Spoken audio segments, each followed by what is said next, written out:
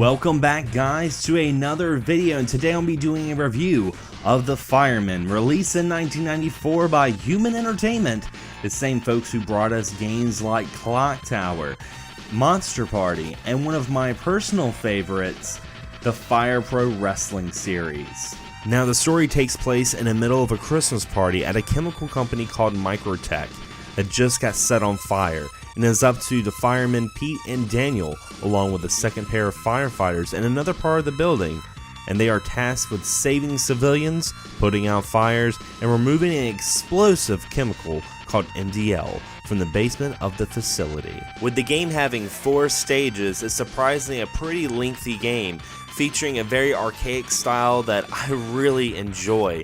And the characters in the game, they put out the fires using hoses and the ability to shoot direct stream, or they can even use fire bombs that you're limited to having 2 per stage. Civilians that you save throughout the levels actually replenish your health. And at the end of every level, of course, is a boss battle, and Human Entertainment did a great job with this game in the sense that even though you're not battling aliens or stereotypical commandos or terrorists, battling fire actually feels kind of natural, and it really adds to that arcade experience. And each boss battle actually has a different pattern or way to extinguish the flames that really makes this game enjoyable.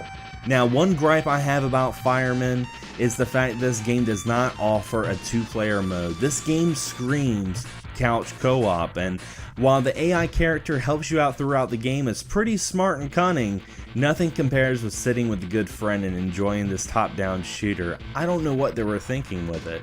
Now, unfortunately, Firemen was never released in North America. It was only released in Japan and Europe, and you can find a Japanese copy pretty cheap online. It's pretty affordable, and you can play it on a modded SNES. Now, by some chance you don't want to hack and slash your Super Nintendo, you can also enjoy it on a retro clone console like the Retron 5. And if you're not a fan of clone consoles and you don't feel like going Jack Sparrow with emulation and ROMs, you can take the route that I did and get a reproduction card. Now, I got this at my local retro video game store, Game Giant, but this was put out by SuperReproBros.com.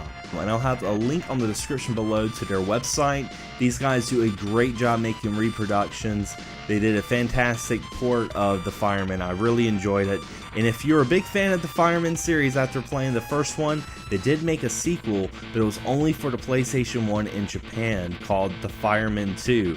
And I will say, if you plan on playing a sequel, if you can find an English patch, I highly recommend it, because unlike the predecessor, the second one is a lot more text heavy, and you could find yourself getting kind of lost, or at least I did. So I do recommend an English patch if you can find it online.